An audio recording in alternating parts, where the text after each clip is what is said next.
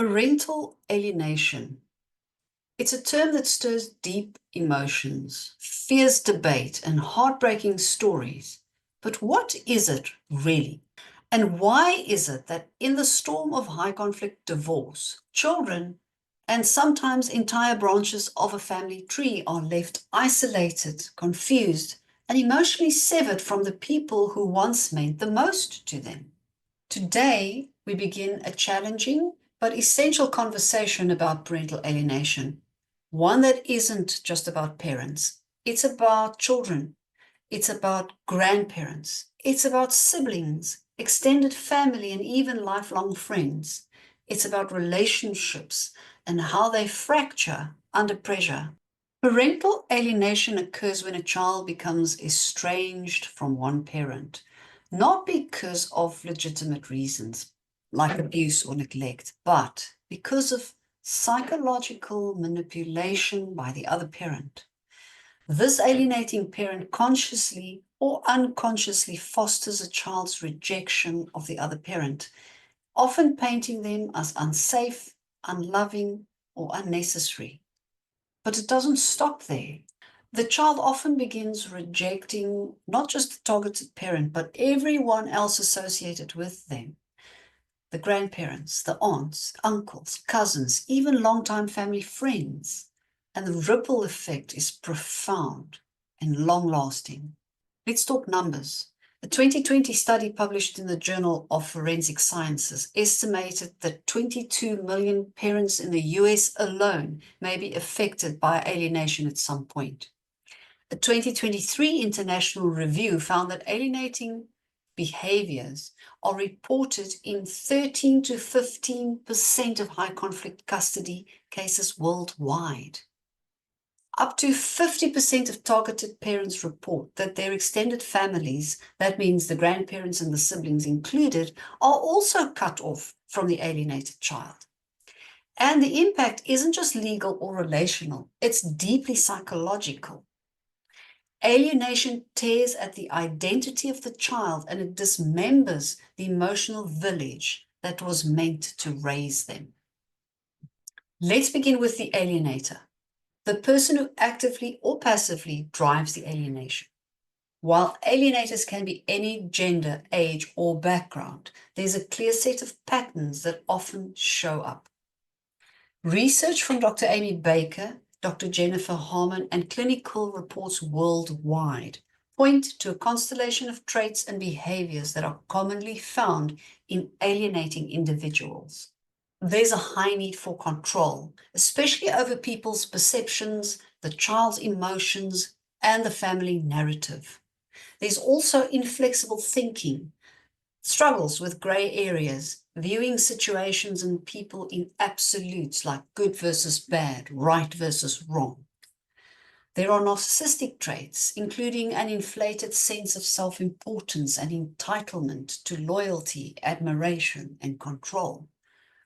And then there are borderline traits like emotional volatility, intense fear of abandonment, and extreme reactivity. There's also a victim mentality. They're always casting themselves as the wounded party, even when they are the ones who initiate and escalate the conflict. There's enmeshment with the child, emotional overdependence, and using the child to meet their own unmet emotional needs. There's a history of manipulation. There are patterns of deceit, triangulation, gaslighting, or even distortion of facts. There's a sense of ownership of the child, viewing the child as an extension of themselves rather than a separate individual with their own needs. Rejection of co-parenting, the inability or the refusal to collaborate with the other parent, even in matters of the child's well-being. And then there's chronic blaming. They're attributing all the problems, including the child's emotional behavioral issues, to the targeted parent. There's reinforcement of loyalty conflicts. They're subtly or overtly forcing the child to choose sides. And there's justification of the alienation, believe it or not. They're convincing themselves and others that their actions are necessary to protect the child, often without factual basis. The alienators often don't see themselves as perpetrators. Instead, they believe they are saving or rescuing the child from an enemy, even if that enemy is a loving, competent parent. Now let's look at the targeted parent, the one who's being alienated from the child's life. Now, these individuals often carry deep emotional scars, not just from the loss of the relationship with their child, but from the psychological warfare that surrounds it. And common traits of alienated or targeted parents are that they are conflict avoidant. They tend to prefer peace over confrontation, which can be interpreted as passivity or a weakness. There's also empathy-driven parenting, where they prioritize the child's feelings and stability, sometimes at the expense of defending themselves. Respect for boundaries. They tend to honor the child's emotional space, making themselves vulnerable to being shut out. They have trust in institutions. They often believe that the truth will prevail through courts or systems, and they underestimate the emotional manipulation that's at play. They have emotional intelligence, which means they are able to reflect, take responsibility, and attempt to co-parent even when it's difficult. They are also mild-mannered or even introspective. They're not likely to engage in smear campaigns, which means that their version of the story is less visible. They have a fear of making things worse. They're hesitant to challenge the alienation head-on, fearing that it will further harm the child.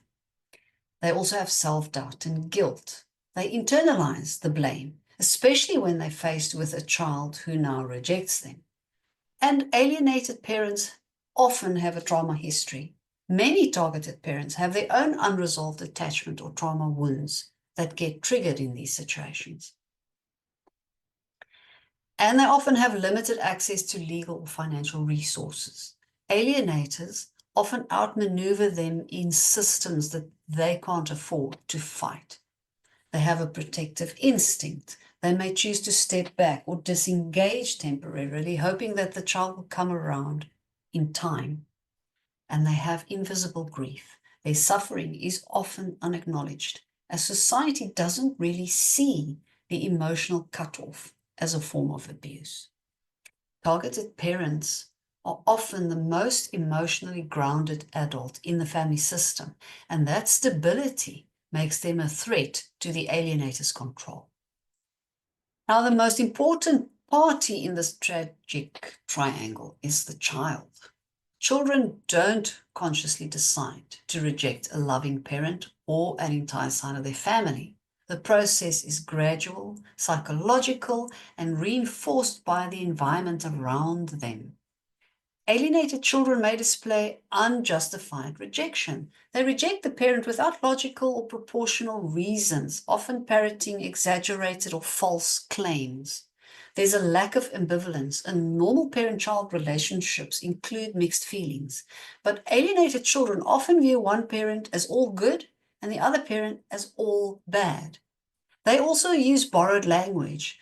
Their reasons for rejecting the parent sound scripted, adult-like, or even emotionally flat. There's an absence of guilt. They show little or no remorse for treating the targeted parent cruelly. And they have support for the alienator. They reflexively side with the alienating parent, even when evidence contradicts their stance. And there's a denial of past positive experiences. They erase or they revise memories of warmth, of love, and connection with the targeted parent. Alienated children are also engulfed in triangulation. They may become a mouthpiece or a spy for the alienator, reinforcing the division. They are hypervigilant, especially in front of the alienating parent, as though they're being watched or evaluated. And they struggle with their identity because over time they may lose a sense of who they are because they are cut off from half of their heritage and relational mirror that they have in their other parent. They often exhibit psychosomatic symptoms like stomach aches, anxiety, sleep issues, and behavioral outbursts are quite common. Alienated children have difficulty with trust and intimacy because they often grow into adults who struggle with attachment and feel emotionally disconnected. And then they've also internalized shame, Even if they don't express it, many carry a deep, silent burden of knowing something isn't right, but feeling powerless to fix it. Alienated children are broken, but they are deeply confused. They've been conditioned to choose loyalty over love and fear over freedom. Understanding these profiles isn't about casting blame. It's about recognizing patterns so we can interrupt them before they destroy the very relationships that children need to thrive. Alienation is not simply a custody dispute. It's a psychological campaign with deep, lasting damage. And next, I'm going to explore some real case studies. Families whose dynamics, personalities, and subtle warning signs made them vulnerable to alienation long before the lawyers got involved. Because alienation doesn't start in court. It starts in our homes, in our habits, in the silent war between control and connection. So let's go back to before the separation, before the shouting matches, before the court orders, before the silence. In many families where alienation eventually takes hold, the signs were already there. One parent consistently undermining the other's authority, subtle exclusion of one side of the family from key events or decision making, the child being asked to keep secrets or take sides, emotional enmeshment between a child and one parent that bordered on inappropriate, a closeness that excluded or diminished the role of the other parent. Let's look at some families, not just broken by conflict, but shaped by it, and how particular dynamics and personality traits created a storm that no one saw coming. Alienation doesn't appear overnight. It grows in silence, in subtle digs, in unmet needs and unspoken fears. And when it finally erupts, the cost is paid not only by the parent who's left behind, but by the child who learns that love is conditional. The greatest wounds are often invisible, and they begin in the quiet moments when connection is replaced with control. So now that we understand the core profiles of the alienator, targeted parent, and the alienated child, let's bring these dynamics to life through real-life case studies. These stories are not about villains and victims. They are about systems, emotional, psychological, and relational systems that create the perfect conditions for alienation to grow, often years before the actual separation. The first study is of the over-identified parent. The mother is the alienator, who's emotionally enmeshed, anxious, high control. The father is the targeted parent, who's gentle, emotionally reserved, and avoids conflict. And the daughter, who's the only child, age 11 at the separation. From early on, the mother and the daughter were extremely close, sharing secrets, sleeping in the same bed during the father's work trips, and referring to each other as best friends. While seemingly loving, their relationship blurred the boundaries. The father, though present and supportive, was subtly minimized. The mother often mocked his parenting style, rolled her eyes in front of their daughter, and made unilateral decisions. So the child began turning to the mother for all her emotional validation. She was praised for rejecting the father's discipline as too harsh, though it was age appropriate, and the mother would comfort her even after mild disagreements, reinforcing the idea that dad was unsafe and unkind. Now, this is what happened during the marriage. And after the divorce, the mother gained primary custody and intensified that enmeshment. She told the child things like, "You're the only one I have now."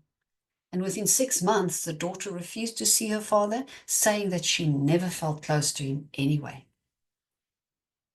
The key dynamics here are the emotional enmeshment between the mother and the daughter, the father's passive response to the undermining behavior of the mother, and the boundary violations that were presented as closeness between the mother and the daughter.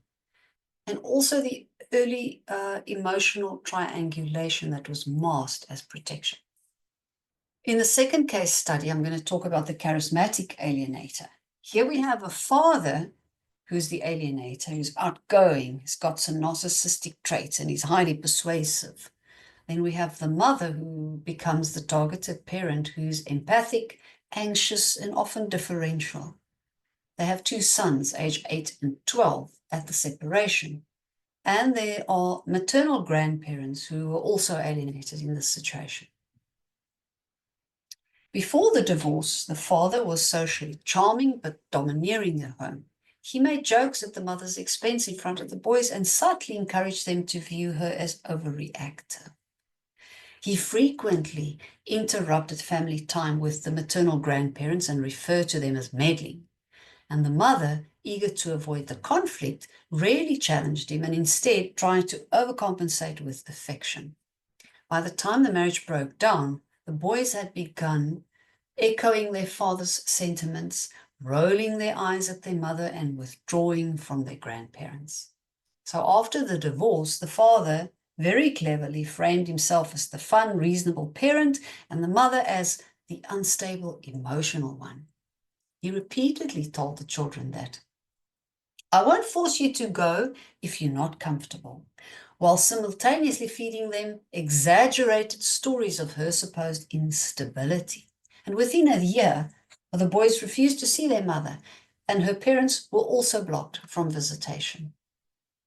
The key dynamics that were at play here are the charismatic manipulation and the triangulation by the father, the undermining of the maternal authority with humor and sarcasm, and the subtle recruitment of the children into an alliance against the mother, and of course the dismissal of the extended family as interfering. Let's look at a high conflict couple. I had a mother who became the alienator, who was reactive. She was a rigid thinker and perceived herself as morally superior. I had a father who became the targeted parent, who was also reactive, but disengaged over time. And then they had 3 children, ages 6, 10, and 14 at the time of their separation. Now, before the divorce, the family was embroiled in ongoing conflict. Arguments were loud and frequent, often witnessed by the children. Both parents lacked the tools for resolution, but the mother consistently framed herself as the one holding the family together. She accused the father of emotional abuse in front of the children, not in private, but loudly, with the children listening in the hallways.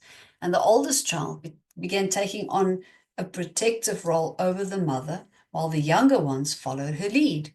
And the father, emotionally exhausted, began withdrawing, spending more time at work or with friends, and was increasingly portrayed as abandoning the family. So after the divorce, it was easy for the mother to pursue sole custody, and she began a campaign of truth-telling, sharing her side of the story with the children in detail. "They deserve to know what he put us through," she would say. The father responded with anger at first and then stopped fighting for time. Over time, the children stopped responding to his messages, and the oldest blocked him completely, and the younger ones followed suit soon afterwards. The key dynamics at play here was the chronic conflict with no resolution modeling, and the eldest child was parentified and recruited emotionally, and the father's withdrawal that was interpreted as abandonment, and the post-separation storytelling that was designed to cement that loyalty. Another case study of the passive-aggressive underminer, where the mother who became the alienator was a passive-aggressive, insecure, but socially charming person. The father who became the targeted parent was assertive and structured and disciplined, but fair. They had 2 daughters, ages 9 and 13 at separation, and a paternal grandmother who was also alienated. But before the divorce, the mother often smiled sweetly in public, but subtly criticized the father behind closed doors. She'd frequently say things like, "Girls, I know Daddy is strict, but that's just how men are, cold and controlling." So while never overtly attacking, she constantly framed him as emotionally distant. And the daughters would overhear calls to her friends, or her own mother, in which she complained about being trapped in this marriage. The father believed in routines and healthy limits, bedtimes, screen time, shared chores, while the mother often rescued the children from his discipline by letting them stay up late or undermining his rules with a wink. So the girls began to confide more in their mother, believing that she understood them better. So after the divorce, the mother framed the father as emotionally abusive, not through formal allegations, but through implication and storytelling. She would say things like, "I'm not saying he was dangerous, but I never felt truly safe around him." The children were exposed to this narrative repeatedly, subtly encouraged to reinterpret past events as evidence of the father's cruelty. So the girls began to resist visitation.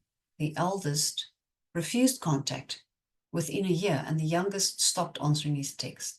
So when the paternal grandmother tried to intervene, the mother accused her of stirring things up and blocked her access to him. The key dynamics that were at play here were the covert undermining that was marked as empathy, the warm public persona that disarms professionals, the subtle narrative planting to reframe the father's intentions, the parentification of the daughters as emotional confidants, and the alienation of the paternal grandmother to sever the legacy support. The child as a weapon. In a case where the father who became the alienator was vindictive, litigious, rigid thinker, uses systems for control. The mother, who was the targeted parent, was emotionally attuned, had a history of postpartum depression, and their only child was a son who was 7 years old at their separation. And there was also a few close family friends who were alienated as well. Before the divorce, the couple had a long-standing power imbalance. The father handled all the finances, the legal matters, and most public-facing interactions. The mother had a history of postpartum depression, which the father used to justify increasing control over parenting decisions. He often said things like, "She's not stable enough to make the big calls." And at school meetings or family functions, he would take the lead, portraying himself as the competent parent. And when the mother tried to assert herself, he would respond with icy withdrawal or passive threats. "Be careful what you say. These things would come back to haunt you." And their son was bright and emotionally sensitive, so he often overheard arguments where the father would say things like, "You'll see, one day I'll protect you from all this chaos."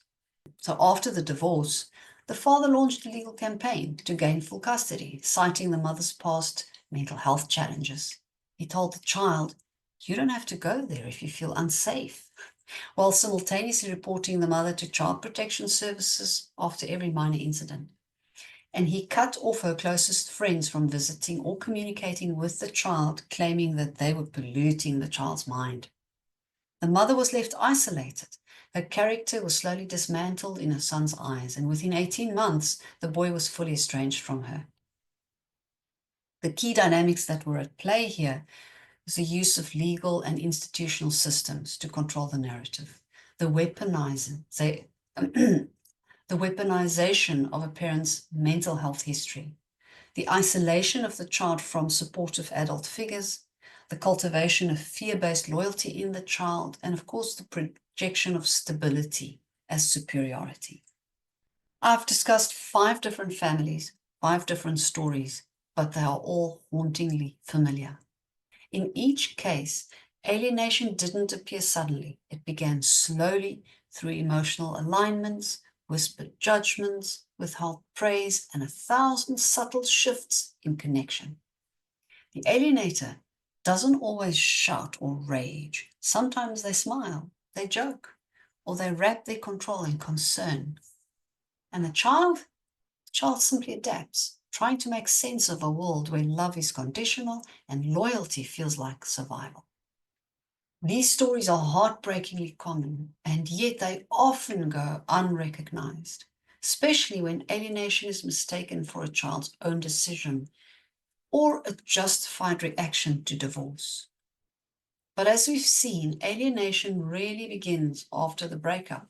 It begins in subtle behaviors, fractured communication, emotional alliances, and unspoken loyalties. It begins when one parent becomes the favorite and the other the scapegoat. Alienation grows when adults choose control over connection and when children are left to carry emotional burdens that were never theirs to bear.